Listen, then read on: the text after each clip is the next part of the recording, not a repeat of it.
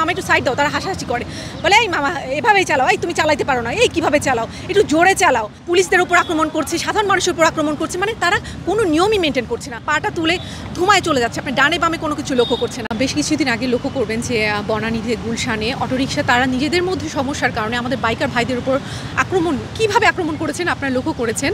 এবং বাইকার ভাইটার যদি মাথায় হেলমেট না থাকতো আল্লাহ মাফ করুক, তার মৃত্যু নিশ্চিত ছিল।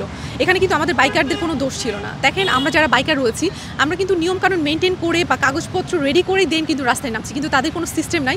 সিস্টেম ছাড়া মন চাইলো আজকে আমি অটোরিকশা হব, অটোরিকশা নিয়ে বা টেসলা নিয়ে বেরিয়ে পড়লাম, মানে তাদের কোনো সিস্টেম নাই। তাদের এই সিস্টেম না থাকার কারণে আমরা সিস্টেম লসে পড়তেছি, মানে আমরা সমস্যার সম্মুখীন হচ্ছি। বেশ কিছুদিন আগে আমার এক বড় ভাই, তার কোনো দোষ ছিল না, সেই টেসলারের কারণে তিনি অ্যাক্সিডেন্ট হয়ে বাসায় বসে আছে এবং দেখেন তার জীবিকা নির্বাহ এখন কষ্টসাধ্য ব্যাপার হয়ে গেছে। শুধুমাত্র তাদের একটু অনিয়মের কারণে, তাদের কোনো সিস্টেম নাই, তাদের সিস্টেম লসের কারণে আমরা সিস্টেম লসে পড়ে যাচ্ছি।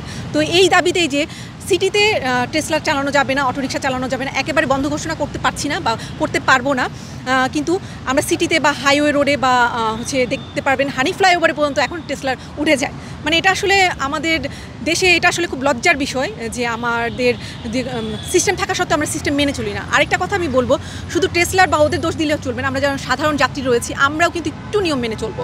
সবার কাছে রিকোয়েস্ট থাকবে যে আমরা বলবো যে মামা তুমি যদি এই রোডটা দিয়ে যাও বা হাইওয়ে মেইন রোড দিয়ে যাও বা তুমি রং সাইড দিয়ে যাও তাহলে আমি তোমার রিক্সায় উঠবো না।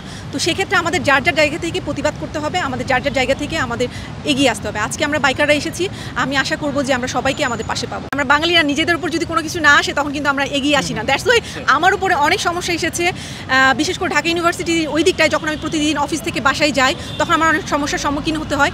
আগে লক্ষ্য করতেন যে রিক্সাওয়ালারা একটা লেন মেনটেন করে চলতো, বাট এখন তারা কোনো লেন মেনটেন করে চলে না, তারা পুরো রাস্তাটা দখল করে রাখে। আমরা যারা বাইকার রয়েছি আমরা যদি পেছন থেকে বলি মামা একটু সাইড দাও, তারা হাসাহাসি করে, বলে এই মামা এভাবেই চালাও, এই তুমি চালাইতে পারো না, এই কিভাবে চালাও, একটু জোরে চালাও। মানে আমরা মেনটেন করে চলতেছি, এটা নিয়েও হাসাহাসি করে। কয়েকদিন আগে তাদের ভুলের কারণে আমার স্কুটারটা ভেঙে যায়, ইভেন আমি হাতে ব্যথা পাই, আমার বাবা পিছনে ছিল, আমার বাবা হাতে ব্যথা পায়, আমার পায়েও কিন্তু ব্যথা পেয়েছি। আল্লাহর অশেষ রহমতে কম ব্যথা পেয়েছি, কিন্তু আমার স্কুটারটা অনেক ক্ষতি হয়েছে, প্রায় 10 থেকে 12,000 টাকা। বাংলাদেশের প্রেক্ষাপটে এখন অনেক সমস্যার সম্মুখীন। এই সমস্যার মধ্যে তারা আসলে এখন হয়েছে কি মুই কি হনুরে একটা অবস্থা, তারা যেটা মনে করছে সেভাবেই চলতেছে, তারা নিজেরাই নিয়ম কানুন তৈরি করতেছে। দেখেন তাদের কিছু বলা যাচ্ছে না, বললেই তারা একত্রিত হচ্ছে, তাদের সংগঠনটা দেখেন কিভাবে একত্রিত হয়ে উল্টা পুলিশদের উপর আক্রমণ করছে, সাধারণ মানুষের উপর আক্রমণ করছে, মানে তারা কোনো নিয়মই মেনটেন করছে না। মানে তারা একটা বলতে গেলে জম্বি হয়ে উঠেছে। নর্মালি মুভিগুলোতে দেখবেন যে জম্বিরা খুব দ্রুত গ্রাস করে ফেলে, তো আমি মনে করবো যে ঢাকা সিটিটাকে ওরা গ্রাস করে ফেলতেছে। তো এখন আমাদের যার যার জায়গা থেকে এটা প্রতিবাদ করতে হবে। নর্মালি চিন্তা করেন আমরা যারা বাইকার রয়েছি আমরা কিন্তু কন্ট্রোলে রাইড করি, হ্যাঁ, সিটিতে বা দেখছি এখানে 30, 40, 25, মানে যেখানে যতটুকু স্পিড দরকার অতটুকু মেনটেন করছে। আর তারা কি করছে, পাটা তুলে ধুমায় চলে যাচ্ছে, আপনি ডানে বামে কোনো কিছু লক্ষ্য করছে না এবং যেখানে ইচ্ছে সেখানে ব্রেক করছে। ইভেন একটু আগে দেখলেন আমাদের সামনেই নিজে অ্যাক্সিডেন্ট হয়ে পড়ে গেছে। তো এটার সব কিছুরই একটা সিস্টেম থাকা উচিত, ওদের জন্য কিছু সিস্টেম রাখা উচিত।